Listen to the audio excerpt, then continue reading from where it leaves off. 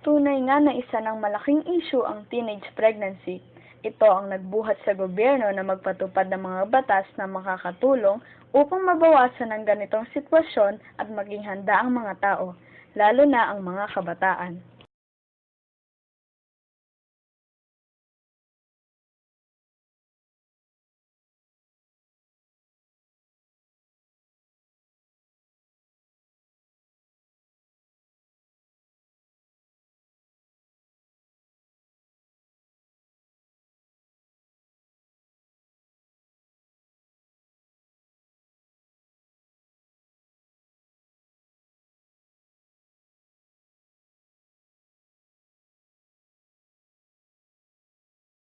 Tinutukoy sa batas na ito na mahalaga ang pagbibigay ng sapat na impormasyon para sa mga kabataan na maagang nagkakaroon ng anak.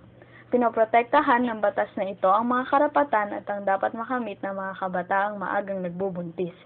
Sa kabuuan ng batas, dito isinasaad ang tunay na layunin ng Republic Health Law o RH Law.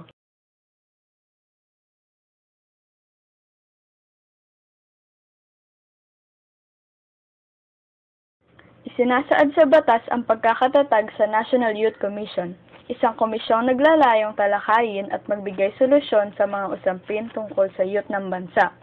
Ang youth ay ang mga taong ang edad ay 15 hanggang 30.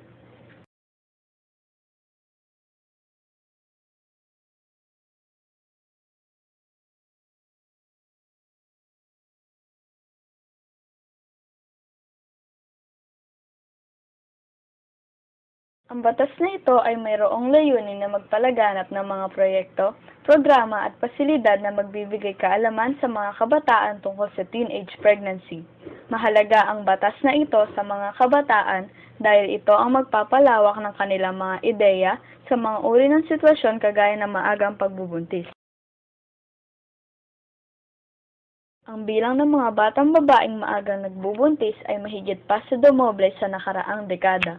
Ito ay galing sa Youth Adult Fertility and Sexuality o YAF survey noong nakaraang Pebrero 2014. Nakahuling YAPS-3 survey noong 2002 ay nagsasabing 6.3% ng mga babaeng edad 15 to 19 ay mayroong anak na o nanganak sa una nilang sanggol. Noong 2013, ang porsyentong ito ay umakyat sa 13.6%.